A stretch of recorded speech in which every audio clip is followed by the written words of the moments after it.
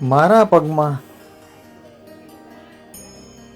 એટલી ખંજવાળ આવતી હતી, ચર ચડતી, આપણે કહીએ ચર ખંજવાળી, એટલી ખંજવાળ, મીઠી ખંજવાળ આવતી હતી આખી નસોમાં ને બધી બાજુ. તો મેં આ મા બેટી તેલ લીધું હાથમાં અને એ જોડવાની શરૂઆત કરી. 10-12 દિવસથી હું કરું છું. આ બધું એકદમ સરસ છે. મારા ગોઠણ પણ દુખતા મટી ગયા અને આ તેલથી મને ચડ તો નીકળી જ ગઈ, બધી નસોમાં ચડાતી ને એ બધી બળાતરાના ચડ પણ ઓછી થઈ ગઈ. બહુ ઇફેક્ટિવ તેલ છે આ. અને એટલી સરસ મસાજ કરી, જો મેં મસાજ કરીને એવી રીતના ઉપર નીચે ઉપર તેલ હાથમાં લઈ નસોને પકડીને એવી રીતના મસાજ કરી છે.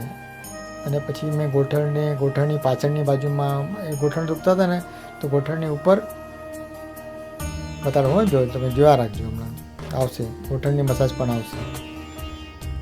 આ મેં બધી ચામડીની મસાજ ચાલે, નસોને પકડીને મસાજ કરી છે. એમાં તેલ બધું અંદર જીરવું જોઈએ, અંદર જે તેલ છે ને અંદર પીવાઈ જવું જોઈએ, અંદર પેનિટ્રેટ થવું જોઈએ.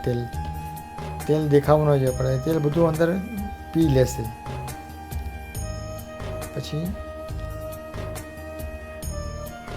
એનાથી કેટલું સરસ મજાનો ઇફેક્ટ થઈ ગયો, એકદમ બહુ વેરી નાઇસ. હા,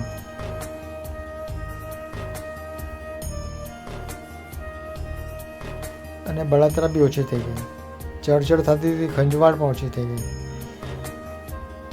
આ ગોઠણની મસાજ, આ ગોઠણની દુખાવો હતો ને, જે પાછળથી નીચેથી ગોઠણની નીચે બી મસાજ કરી અને ઉપર ગોઠણની ઉપર બી મસાજ કરી. આ તેલ છે ને અંદર બધું ભરાઈ જવું છે, એક નસોમાં બધા જો આ છે ને ગોઠણની આજુબાજુમાં બધી બાજુ આ બધી ગોઠણના દુખાવાની મસાજ એનાથી સારું થઈ જાય.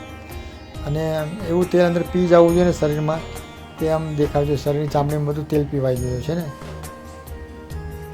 બધું તેલ પીવાઈ ગયું. આ તેલ છે ને બહુ સરસ છે. આ મારો અવાજ ખબર નહીં આમાં કેમ વયો ગયો, એટલે મેં પાછી ઉપરથી પાછળથી અવાજ નાખ્યો છે. મારો ખાલી કહેવાનો મતલબ એમ છે કે આ તેલ છે ને એનાથી આ ખંજવાળ, આ પગના દુખાવા, એમાં બધામાં બહુ ફરક પડે. બહુ સરસ તેલ છે, 1 નંબર છે, જો બહુ સરસ છે. મા બેટી હેર ઓઇલ. હા, તમે પણ વાપરો, તમને જો જરૂર લાગે તો. Thank you દર્શકભાઈ.